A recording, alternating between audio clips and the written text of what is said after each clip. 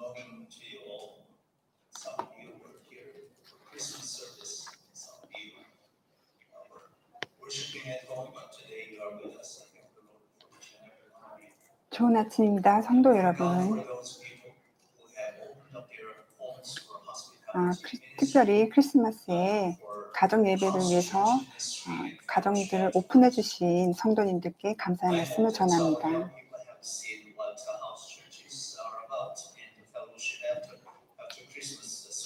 이번 기회를 통해서 우리 젊은 청년들이 가정 예배를 드리는 것이 어떤 것인지 많은 좋은 경험을 했을 수 있기를 바랍니다.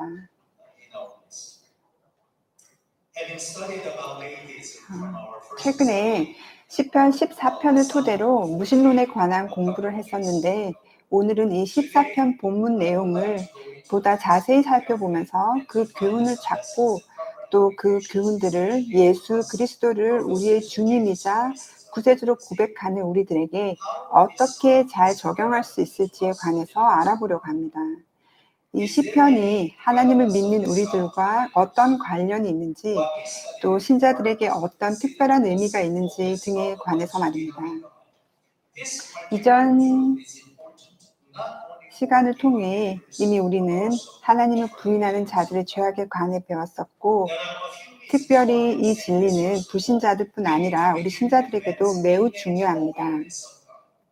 그 중요성을 알기 위해 우리는 먼저 사람들에게 내재되어 있는 하나님에 대한 인식에 대해 짚고 넘어가겠습니다.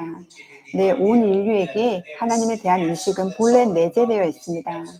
이를 알 수 있는 쉬운 예로 법이나 질서 혹은 정의 등을 생각해 볼 수 있는데 그 모든 개념은 절대적 통치자이신 하나님이 계신다고 믿었기 때문에 성립될 수 있었습니다. 즉 절대적으로 공의로운 신에 대한 개념이 없는 세상에서는 도덕에 대한 공통적 이해도 있을 수 없는데 왜냐하면 모든 사람이 각자가 도덕적이라고 느끼는 대로가 도덕이라고 주장할 수 있기 때문입니다. 그 경우 통일된 도덕은 사라지고 따라서 우리 사회를 총괄하는 법과 질서는 꿈에서나 가능해질 것입니다.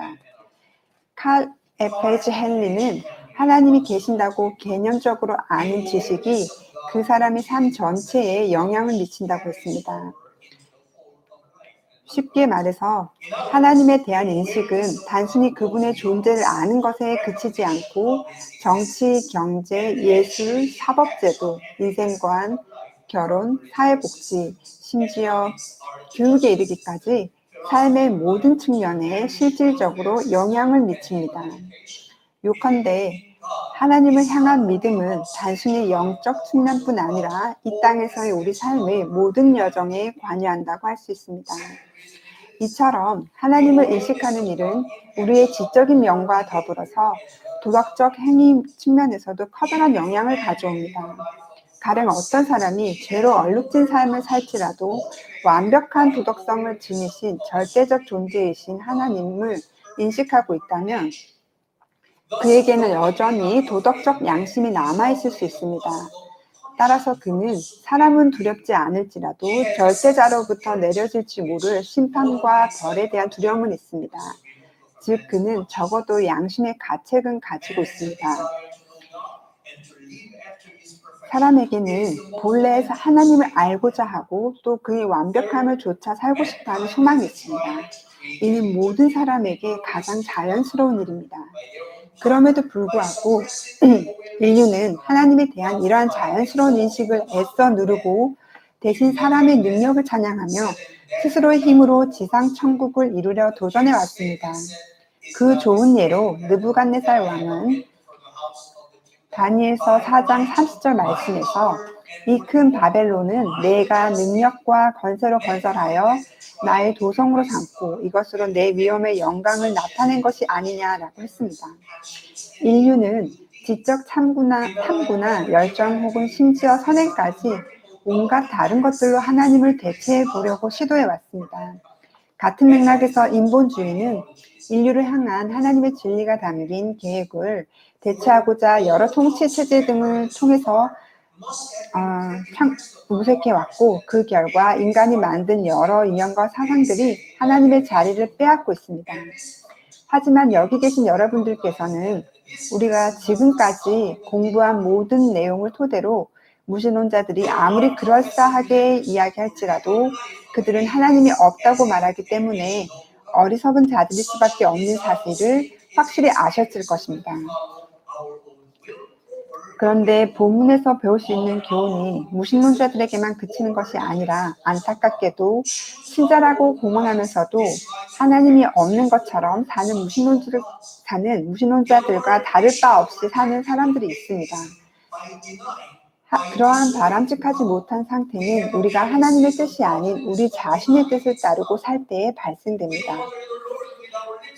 어쩌면 우리는 외적으로는 경건해 보일지라도 진실로는 하나님의 능력을 부인하는 사람들일 수 있습니다. 다시 말해 입술로는 주님을 공경하나 그 마음은 그에게서 멀리 떠난 사람들인 것입니다.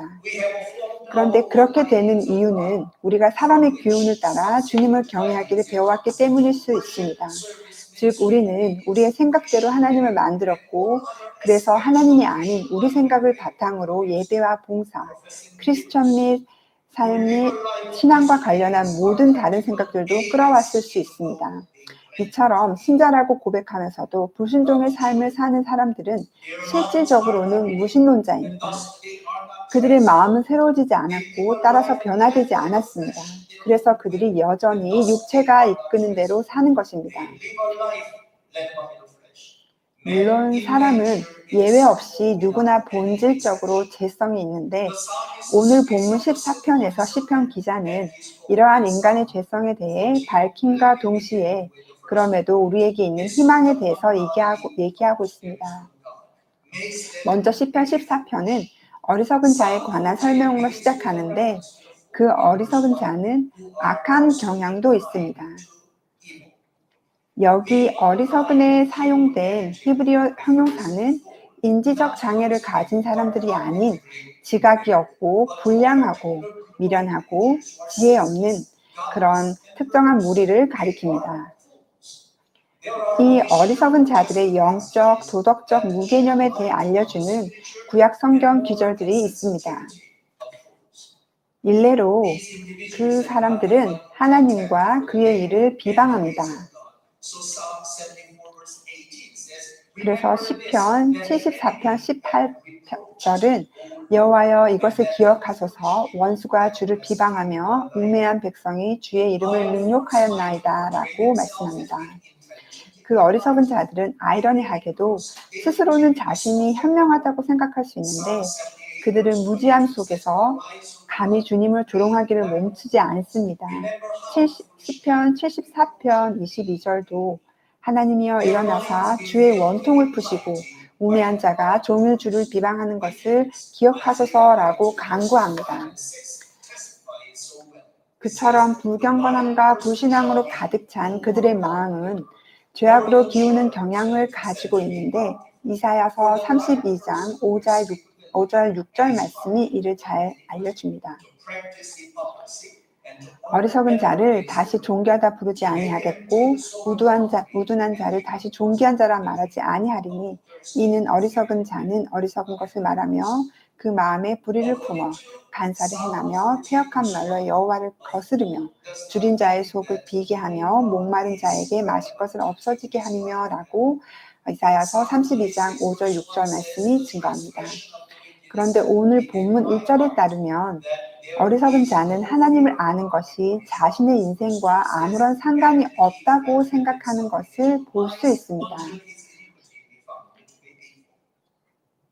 이에 대해 시편 36편 1절 말씀이 악인의 죄가 그의 마음속에 이르기를 그의 눈에는 하나님을 두려워하는 빛이 없다 하니라고 악인의 마음 상태를 잘 표현해 줍니다. 그의 동기는 불경건하고 하나님이 없다고 생각하거나 혹은 신성함에 대한 개념이 자신의 삶에 아무런 상관이 없다고 치부하는 믿음이 그의 생각과 감정 및 소망과 노력의 원천이 됩니다. 메카는 이 하나님을 알지 못하는 잘못이 결국엔 잘못된 우선순위와 행위들을 불러올 것이라고 밝혔습니다. 그렇게 되는 이유는 신앙심이 없는 자들은 하나님에 대해 알기를 거부하고 자신의 악한 길을 추구하기 되기 때문으로 그런 그들은 결국 신성한 심판을 피할 수 없게 될 것입니다. 그들은 하나님께서 좋아하시는 쪽이 아닌 그에게 책망받을 쪽을 선택하고 있습니다. 잠언 1장 7절은 여호와를 경외하는 것이 지식의 근본이거늘 미련한 자는 지혜와 훈계를 멸시하느니라고 이를 잘 뒷받침합니다. 여기서 주의하실 것은 그렇다고 해서 그들이 이 세상에서의 성공과 번영을 누리지 못하는 것은 아니라는 점입니다. 실제로 악한 자들이 형통할 동안 영문을 알 수 없는 고난과 아픔 때문에 하나님께 울며 통곡하는 사람들 중에는 오히려 의인들이 많습니다. 하지만 이 땅에서 불의하게 쌓은 번영은 오직 한때일 뿐 그 모두가 결국엔 헛된 것이 될 것입니다. 이는 하나님의 정의 때문입니다. 하나님의 신성한 정의가 이르기 전까지는 어쩌면 악인들은 시편 10편 6절 말씀처럼 자만할지 모릅니다. 또 혹은 시편 10장 11절 말씀처럼 그가 마음에 이르기를 하나님이 잊으셨고 그의 얼굴을 가리셨으니 영원히 보지 아니하시리라고 스스로 위안할지 모릅니다. 같은 맥락에서 시편 10장 13절에서도 시편 기자가 악인들에 대해 호소합니다. 하지만 예레미야서 17장 11절 말씀은 불의로 치부하는 자는 자고새가 낳지 아니한 알을 품은 같아서 그의 중년에 그것이 떠나겠고 마침내 어리석은 자가 되리라고 분명하게 경고합니다. 그렇기 때문에 우리는 사람들을 건강이나 부, 번영 등의 외적 기준들로 판단해서는 안 됩니다. 누군가가 의로운지 그렇지 않은지는 그러한 것들이 아닌 그가 하나님과 어떠한 관계를 맺고 있느냐에 달렸습니다. 본문에서 시편 기자는 불경건한 자들에 대해 1절부터 3절에 걸쳐서 묘사하고 있습니다. 예를 들어 그들은 부패했는데 이를 함께 읽어보겠습니다. 시편 14편 1절에서 3절 말씀입니다.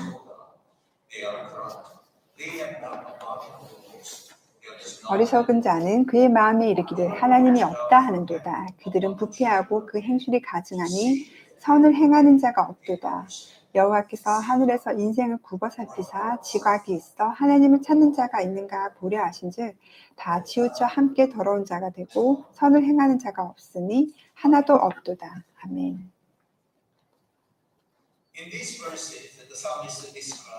이 1절에서부터 3절에 걸쳐서 불경건한 자들에 대한 묘사가 있습니다. 그들은 부패하고 그 행실이 가증하며 선을 행하는 자가 없습니다. 부패하고에 쓰인 히브리어는 혐오스럽고 역겨운 시도들을 일컫는 단어입니다. 그들의 부패는 매우 활발하게 진행되는 동시에 심히 파괴적입니다. 또 가증하다는 것은 그들의 악한 행실을 나타냅니다. 그래서 그들은 의인들을 역겹게 합니다. 그런데 사람의 죄가 어느 정도냐 하면 선을 행하는 사람이 한 명도 없을 정도입니다. 이는 인류 전체가 타락했음을 의미합니다. 다르게 말해서 인류 전체는 보편적으로 타락한 본성을 지녔다는 뜻입니다. 이러한 인류에게 만연한 죄성의 기원은 인류의 첫 번째 부모인 아담과 하와로 거슬러 올라갑니다. 그들이 하나님을 대적해 죄를 범했을 때 그들의 범죄함의 부정적인 결과가 그들의 모든 후손들에게도 전달되었고 그 존재 내부에 가장 깊숙이 닿았습니다. 그래서 로마서 5장 12절이 그러므로 한 사람으로 말미암아 죄가 세상에 들어오고 죄로 말미암아 사망이 들어왔나니 이와 같이 모든 사람이 죄를 지었으므로 사망이 모든 사람에게 이르렀느니라고 말씀합니다. 그 예로 창세기 6장 5절 말씀이 여호와께서 사람의 죄악이 세상에 가득함과 그의 마음으로 생각하는 모든 계획이 항상 악할 뿐임을 보시고 라고 증거합니다. 창세기 6장 5절 말씀을 함께 찾아보시겠습니다. Okay, let's read it together. 함께 읽으시겠습니다. 여호와께서 사람의 죄악이 세상에 가득함과 그의 마음으로 생각하는 모든 계획이 항상 악할 뿐임을 보시고, 아멘. So you can see 이처럼 노아 시대 이전 인류의 부패의 상을 창세기 6장 5절 말씀이 증거하고 있습니다. 그들 마음에 생각하는 모든 계획이 항상 악하였습니다. And he says only evil as if there is no other options. Only evil and the duration of their evilness is continually. 그리고 그것이 The mankind 계속되었던 것을 알 수 있습니다. even 당시 인류는 한 마음으로 악을 쫓았고 심지어 열심이었습니다. 그 땅에 살고 있었던 모두가 부패하고 포악함이 가득했었다고 창세기 6장 11절이 증거합니다. 그때 온 땅이 하나님 앞에 부패하여 포악함이 땅에 가득한지라고 증거하고 있습니다. 여기서 포악함이라는 부분을 그리스어 성경은 불의함이라고 번역했습니다. 이처럼 악한 사람을 심판하시는 분은 바로 하나님이십니다. 본문 2절은 여호와께서 하늘에서 인생을 굽어 살피사 지각이 있어 하나님을 찾는 자가 있는가 보려 하신지라고 말씀합니다. 즉 온 우주를 주관하시는 하나님께서 그의 왕자에서부터 인류 중 지각이 있는 자가 있는지 보시려고 증인이자 심판자로 굽어 살피셨습니다. God is not looking for somebody who could do a lot of marvelous works. 하나님께서는 정말로 굉장한 일을 하는 자가 있는지 보려고 하지 않으셨습니다. 하나님께서는 지각이 있어 그를 찾는 자가 있는지, 하나님을 찾는 자가 있는지 보려 하셨습니다. 그것이 하나님께서 찾기 원하는 자이셨습니다. 하나님께서는 우리 사람들에게서 진정한 그 가치를 찾으십니다.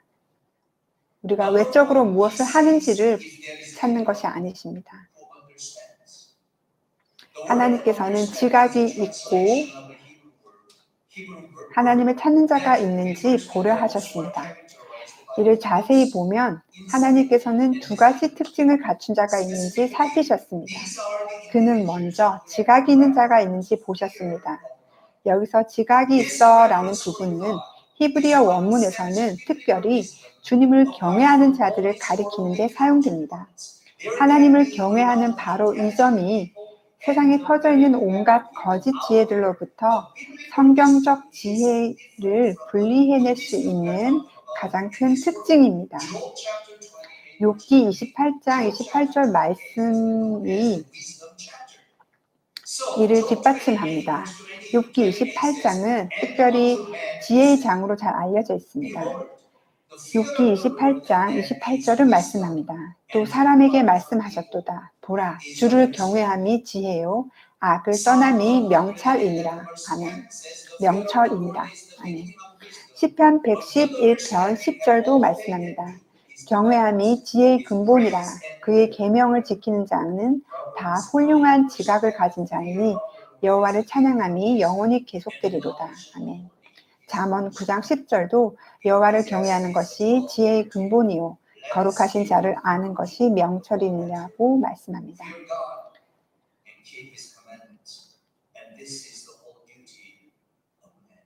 전도서 12장 13절도 미래의 결국을 다 들었으니 하나님을 경외하고 그의 명령들을 지킬지어다. 이것이 모든 사람의 본분이니라고 경고합니다. 진정한 지혜는 하나님의 말씀에서 그의 계명을 지키는 데서 나옵니다.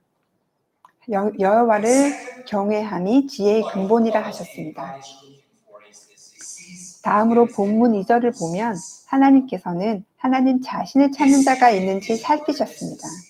여기서 하나님께서는 단순한 호기심으로 대충 훑어보신 것이 아니고 매우 열심히 찾으셨습니다.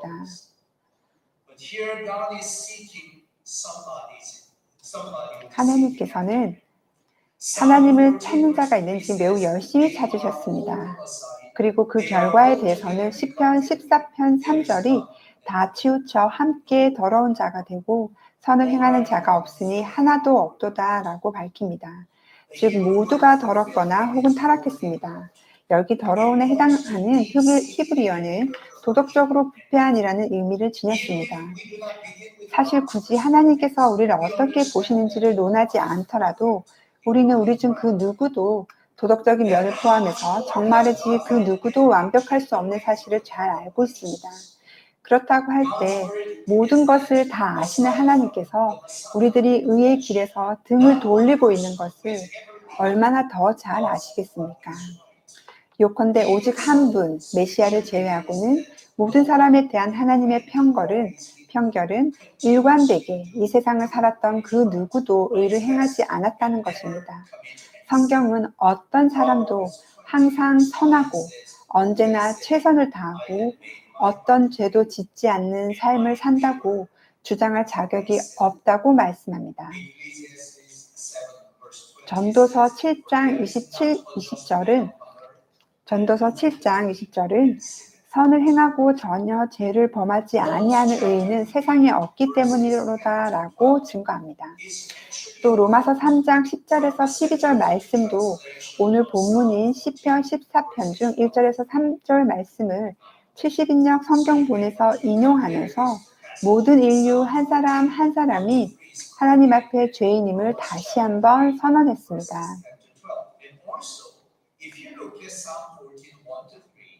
And Psalm 53, verses 1 to 3, you can find that there are a lot of similarities. 특별히 시편 14편 1절에서 3절과 시편 53편의 1절에서 3절을 비교해 보시면 매우 많은 유사점이 있는 것을 관찰하실 수 있을 것입니다. 그런데 이것이 또 반복된 로마서 3장 10절에서 12절 말씀 바로 앞에 로마서 3장 9절은 종교적인 자들이 불경건한 자들에 비해 조금이라도 나은 점이 있는지 물었습니다.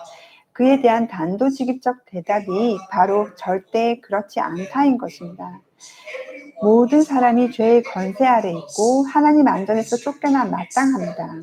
그렇다고 할 때 우리는 이 시편 14편이 오직 하나님을 부인하는 자들에 대해서만 이야기하는 것이 아니고 사실은 전체 인류에 관한 것임을 알게 됩니다.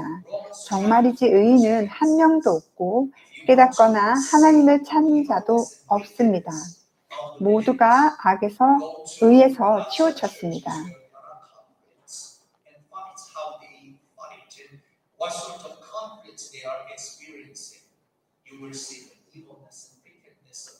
많은 교회에서 일어나는 다툼에서 사람들의 악함을 보실 수 있을 것입니다. 그 누구도 의인은 없습니다. 누구도 하나님을 지각이 있어 하나님을 찾는 자가 없다고 성경이 말씀합니다.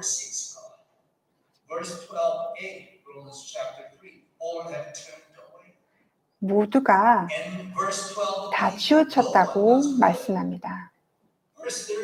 누구도 선을 행하는 자가 없습니다. 사람들은 속임을 일삼고 그 마음은 저주와 악독이 가득하며 또 그 발은 피 흘리는 데 빠릅니다.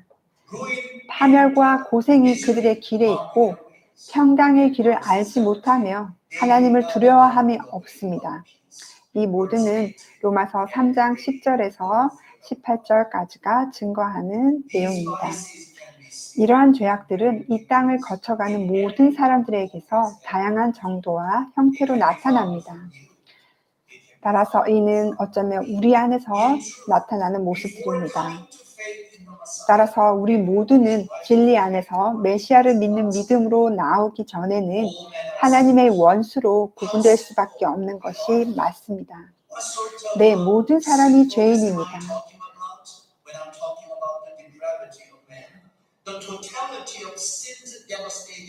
우리는 모든 면에서 타락했습니다. 사람의 어떤 부분도 죄로 감염되지 않은 부분은 없습니다. 사람 안에 있는 죄의 파괴적인 영향력은 사람의 목과 혀, 그리고 입술, 입, 발, 눈을 포함해 모든 부분에서 드러난다고 성경이 증거합니다. 즉 사람은 비유적으로 말해서 모든 면에서 감염되었으며 사람의 본질 중 어떤 부분도 죄로 인해 오염되지 않은 부분은 없습니다. 그야말로 우리는 전면적으로 부패했습니다. 물론 그렇다고 해도 모든 사람들이 그들이 악할 수 있는 최고치로 악하다는 말은 아닙니다. 하지만 기본적으로 사람이라는 존재는 누구나 모든 면에서 죄로 인한 영향으로 타락했다는 뜻입니다. But what we are talking about depravity means that all aspects of our beings are corrupt. So we have all the potentials. 그래서 우리 모두는 악을 행할 수 있는 잠재력을 지니고 있습니다. 로마서 3장 18절은 그들의 눈앞에 하나님을 두려워함이 없다고 말씀합니다. 그렇기 때문에 로마서 3장 22절 말씀인 모든 사람이 죄를 범하였음에 하나님의 영광에 이르지 못하더니는 올바른 평가가 아닐 수 없습니다. 이처럼 하나님을 부정하는 것은, 부인하는 것은 하나님의 심판을 불러오게 됩니다. 이처럼 우리 모두가 죄인이고 이 죄로부터 해방되기 위해서는 하나님의 도움이 절실함에도 불구하고 사람들이 하나님을 대담하게 부인하는 원인 중 하나는 그들의 경우에 신성한 정의도 부인하기 때문입니다. 절대적 하나님을 믿지 않을 경우에 어떤 것도 두려워할 이유가 없어지게 되고 마는데, 왜냐하면 하나님을 믿지 않는 까닭에 자신에게 내려질 심판도 없다고 생각하게 되기 때문입니다.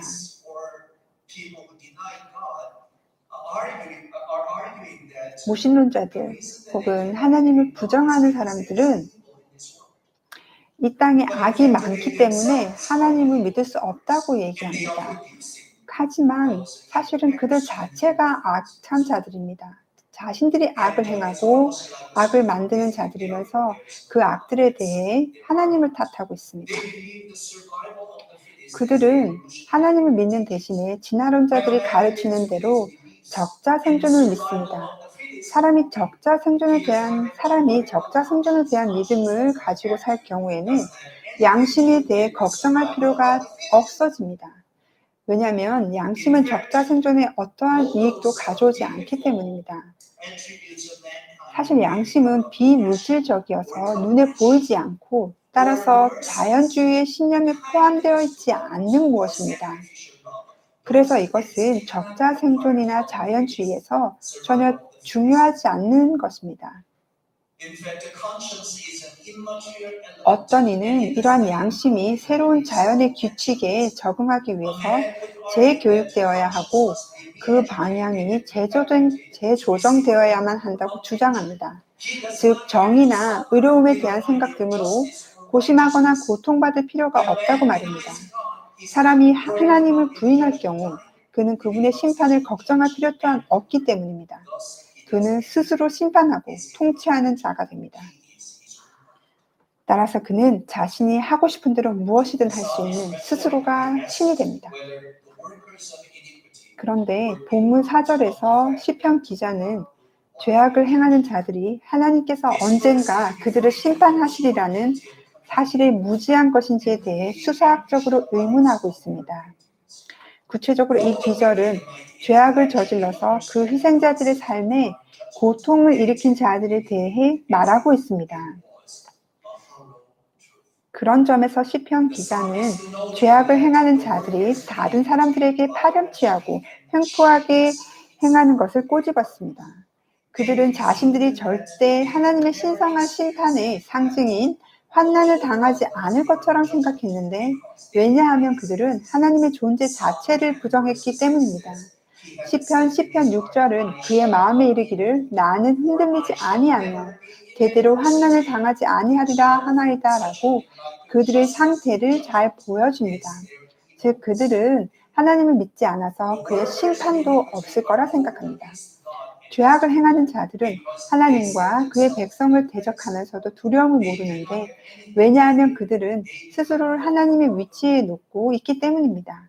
그들은 아무것도 두려울 것이 없습니다. 하지만 시편 기자는 결국에는 그 죄악을 행하는 자들이 그들의 삶에 하나님의 지속적인 임재가 없음으로 인해서 두려움에 사로잡히게 될 상황을 예견했습니다. 결국 그들은 하나님께서 그의 백성과 함께 하시며 그들을 지키시게 되는 것을 보게 될 것입니다. 한편 하나님의 자녀들은 남을 괴롭히는 대신에 하나님을 믿고 그분의 뜻을 따랐습니다. 심지어 죄악을 행하는 자들이 가난한 그들의 계획을 해박놓고 모욕하며 그들에게 고통을 가했을 때 오직 주님께서 그들의 보호막이 되셨습니다. 즉 하나님께서 그들의 피난처이자 보호자 되심을 증명하셨습니다. 이는 시편 46편 1절 말씀도 하나님은 우리의 피난처시요 힘이시니 환난 중에 만날 큰 도움이시라고 강조합니다. 또 시편 6장 13절도 말씀합니다. 주는 나의 피난처시요 원수를 피하는 견고한 망대이시니이다. 아멘. 믿음의 사람들은 하나님이 계신다는 진리를 아는 것으로 인해 우리 사람의 죄가 지독한 것도 분별할 수 있게 됩니다. 죄악을 행하는 자들이 하나님의 심판으로부터 절대 벗어날 수 없다는 사실도 말입니다. 하나님의 심판은 그 죄악을 행하는 자들에게 반드시 임할 것입니다.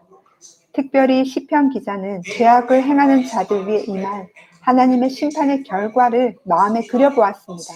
그들은 무서워서 온몸이 얼어붙고 아무것도 두려울 것이 없는 곳에서조차 겁에 질렸습니다. 시편 53편 5절이 그들이 두려움이 없는 곳에서 크게 두려워하였으니 너를 대항하여 진친 그들의 뼈를 하나님이 흩으십니다. 하나님이 그들을 버리셨으므로 내가 그들에게 수치를 당하게 하였도다 라고 이를 잘 보여줍니다. 사실 이는 하나님의 백성들을 대항해 진쳤던 그 핍박하던 자들에게 너무나 합당한 결과였습니다. 이 기절에서 진을 치다로 번역된 히브리어 동사는 가해자들이 희생자들 주변을 둘러싸고 있는 전투 상황을 나타냅니다. 그리고 그에 대한 주님의 응답은 죄악을 행하는 자들의 멸망이었습니다. 그런 다음 하나님은 그들의 시체가 굶주린 짐승들의 먹이가 되게 하셨는데 이는 바로 그들의 뼈를 흩으셨다는 부분이 내포하는 바입니다. 그렇게 그들은 버려져 썩어지는 수치를 당하게 되었습니다. 이처럼 하나님께서 그 악한 자들에게 심판을 가져오셨습니다. 그 악한 자들을 심판하는 자는 우리가 아니라 바로 하나님이십니다. 그들이 당한 수치는 뼈가 흩어지는 그 수치는 고대 사회에서 수치스럽고 불명예스러운 죽음에 대한 대표적인 묘사였습니다. 불의와 죄악 중에서도 가장 큰 죄는 하나님을 떠난 독립된 영혼입니다. 많은 신자들의 경우 믿지 않는 사람들이 자신들보다 못하다고 여기지만 이는 잘못된 생각입니다. 사실 이는 그 어떤 생각보다 잘못된 추측입니다. 이 세상에는 신자라고 공언하는 사람들보다 훨씬 더 훌륭하고 인도적인 무신론자들이 있고 정말로 나쁘고 악한 신자라고 스스로 고백하는 자들도 많이 보았습니다. 크리스천이라고 말하면서 많은 사람들의 삶을 괴롭고 힘들게 하는 자들을 보아왔습니다. 따라서 지금 현재만 보자면 신자라고 말하는 사람들보다 훨씬 더 착하고 훌륭한 인도적인 무신론자들이 많아 보입니다. 하나님의 이름을 부르는 사람들보다 더 정직하고 자애로운 무신론자들도 있습니다. 그렇다면 신자와 무신론자 사이의 진짜 차이점은 무엇입니까? 이에 대해서는 아마도 플라톤을 인용해서 그 주요 차이점을 설명할 수 있겠습니다. 그의 저서인 공화국에서 플라톤은 효율적이고 완벽한 세 계급 체계를 갖춘 유토피아 사회를 제시했습니다. 그 계급은 생산자 계급에 속하는 장인, 농부, 예술가 등 그들이 속하는 생산자 계급, 그리고 전사 계급, 마지막으로 사회적, 법적 결정을 내려야 하는 철학하는 왕이 될 수호자 계급으로 나뉩니다. 흥미롭게도 플라톤의 체제에서는 개인에게 아이를 양육하는 부담을 안기지 않았습니다. 그 체계 안에서 아이들은 개개인의 잠재력을 최대한으로 발달시키는 것을 목표로 하는 공동 보육원에 배치됩니다. You can probably find some similar cases from some socialist and communist countries. 이러한 점을 공산주의 사회에서 비슷한 체계를 발견하실 수도 있을 것입니다. 이 체계에서는 모든 개인이 각자가 제공할 수 있는 역량에 따라 사회에 기여합니다. This presidential candidates actually argued for this. The person argued that all the children about 3 years of age must be taken out of their homes and families, and they should 그런데 be educated 언젠가 미국의 선거에서 어떤 후보자는 3살 이상의 어린이 모두를 공동보육원에 맡겨서 양육하는 것에 대해서 제안하기도 했습니다. 이처럼 세상에서 이 체계의 바탕으로 해서 여러 사상과 체제에 대한 생각들을 이끌어내는 사람들이 있습니다. 이러한 전제, 즉 능력에 따라 기여하고 필요에 따라 제공받는다는 전제는 마르크스주의에 의해 발상된 현대적 신체제의 기초가 되기도 했습니다.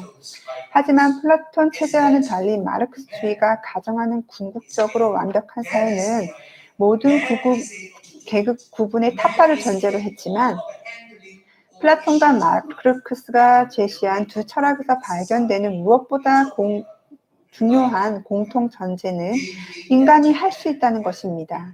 즉, 사람은 삶의 모든 문제를 스스로 해결할 수 있고 천국과 같은 사회도 건설할 수 있다고 믿는 것입니다. 그들은 사람이 하나님을 대체할 수 있다고 믿습니다. 하지만 진실은 그들은 스스로를 과대평가하고 높이며 실제보다 스스로를 더 낫다고 믿는 것에 불과합니다. 여기서 우리가 간과하지 말아야 할 한 가지 더 중요한 사실이 있습니다.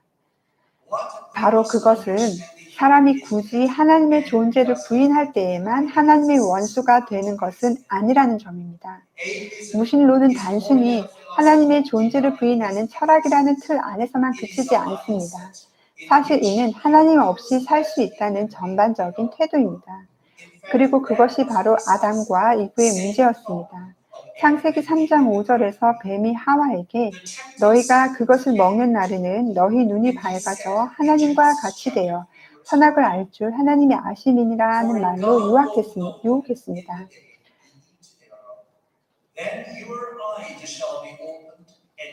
즉 사탄은 너희 눈이 밝아져 하나님과 같이 될 것이라고 입으로 유혹했습니다. 사탄은 아담과 하와에게 무신론을 설득한 것이 아니라 하나님을 아는 무신론, 즉 하나님을 믿지만 그분 없이 사는 무신론으로 빠뜨렸습니다. 안타깝게도 많은 신앙을 고백하는 크리스천들도 바로 그들과 마찬가지로 하나님을 믿지만 그분 없이 사는 무신론, 바로 이 죄의 덫에 빠져들고 있습니다.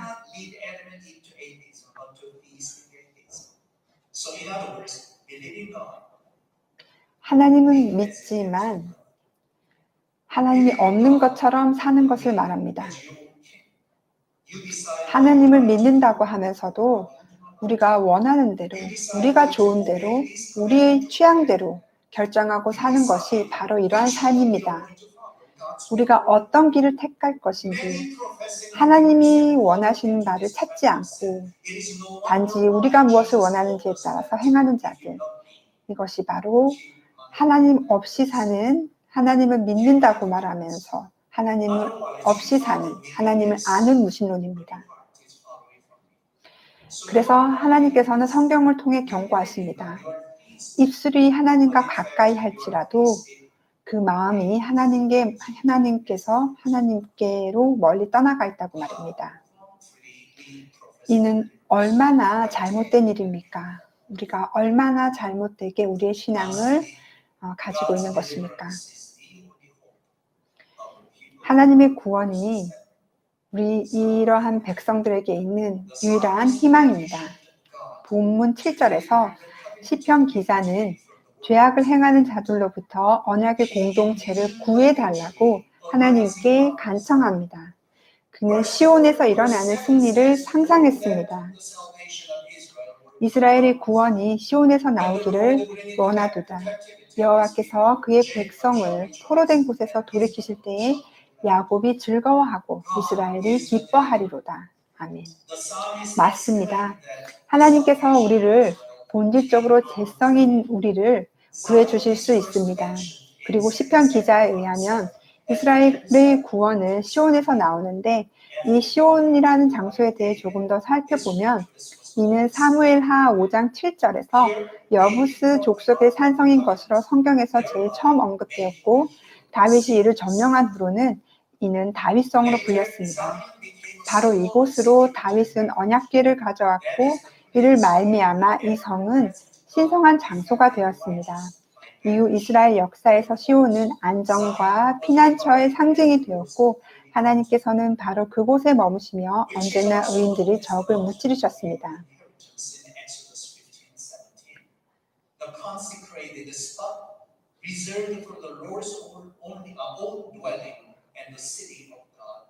이는 성경에서 하나님의 처소로 여러 기절들이 알려줍니다. 시온은 주님의 거룩한 산으로 간주되었고 또는 주의 기업의 산 및 주님의 처소로 삼으시려고 예비하신 성소이자 하나님의 성으로도 성경을 통해 알려져 있습니다. 본문에서 시편 기자는 하나님께서 그의 백성들을 죄악을 행하는 자들의 손에서 건지시고 지키시기 위해 그의 처소에서 일어나실 것이라고 믿었습니다. 더불어 시편 기자는 주님께서 그의 택한 백성을 그들의 매임으로부터 다시 데려오실 것이라고 또 그들을 다시 회복시킬 것이라고도 확신했습니다. 오늘 본문 7절 말씀과 더불어 하나님의 승리하시는 주권에 대해서는 시편 16절부터 18절에서도 강조되고 있습니다. 여호와께서는 영원 무궁하도록 왕이시니 이방 나라들이 주의 땅에서 멸망하였나이다.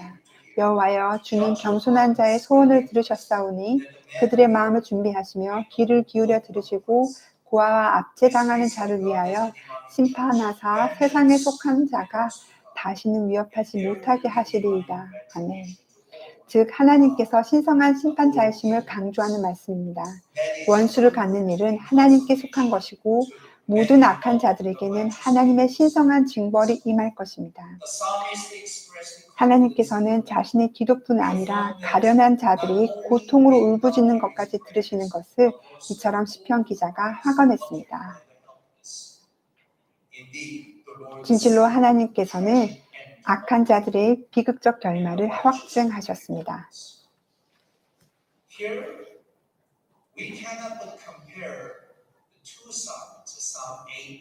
여기서 우리는 시편 8편과 그리고 시편 14편을 오늘 본문인 시편 14편을 비교하지 않을 수 없습니다. 시편 18편과 오늘 시편 8편에서는 모든 면으로 영광스러운 주님께서 사람에게 세상의 다른 그 무엇과도 비할 수 없는 존엄성을 부여하신 것을 배웠습니다. 놀라운 능력으로 우주의 질서를 정하시고 이를 유지시키시는 창조주 하나님께서 최초 인간과 그 후손에게 세상에서 존재하는 모든 것을 다스리는 주님을 돕고 섬기라고 선포하셨습니다. 그럼에도 불구하고 주권자이신 주님은 이 땅 위에서의 시간 동안 우리 사람을 천사보다 조금 낮은 순위에 두셨습니다. 게다가 주님은 인간 외적 영역 및 지상의 다른 자연적 영향력을 다스리는 권한도 사람에게 주셨습니다.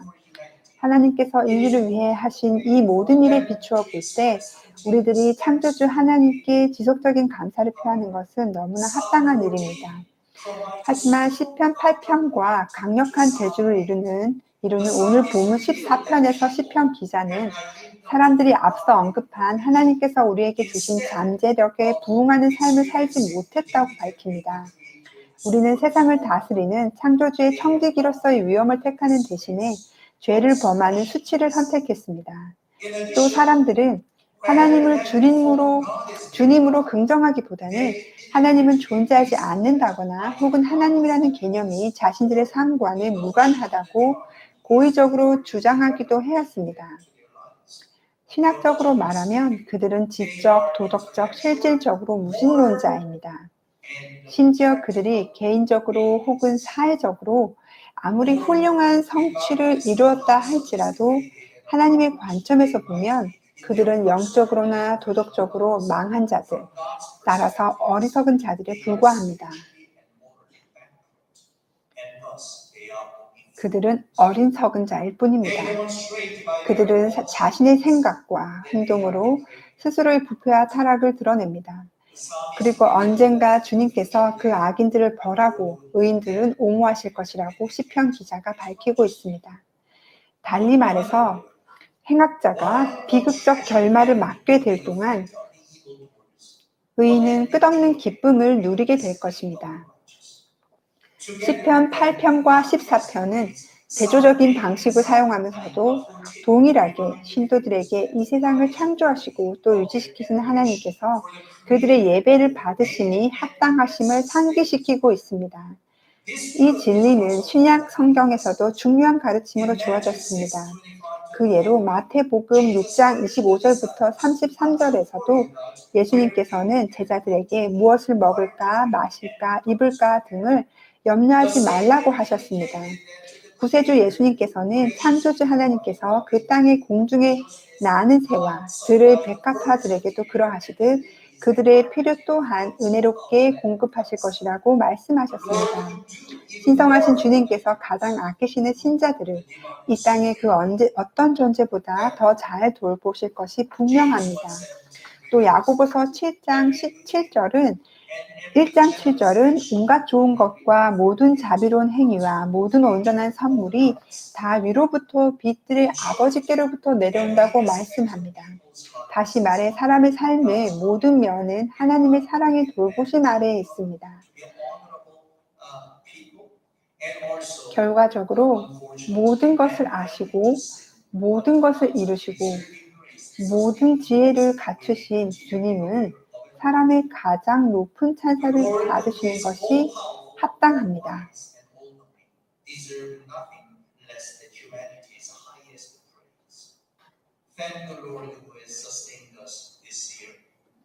올 한 해를 마무리하면서 우리의 삶을 유지시키시고 지탱하시는 하나님께 감사를 드리도록 합시다.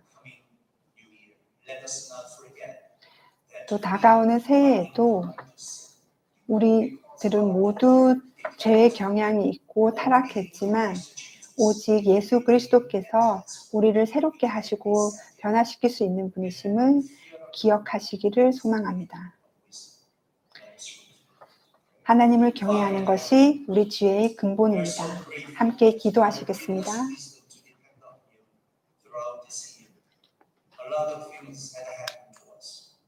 A lot of uncertainties. There are a lot of unsure feelings we had. As a nation, Lord, there were a lot of uncertainties. And in our personal experiences as families, Lord, we did have a lot of difficulties and challenges and trials. Father, we do thank you for your sustaining grace throughout this year. We trust that you'll continue to be our guide and refuge and our solid rock. Help us to depend on you, Lord, despite whatever is going to happen around us in this world. We do thank you that you are our God. We do thank you for your care. We pray in Jesus' name. Amen.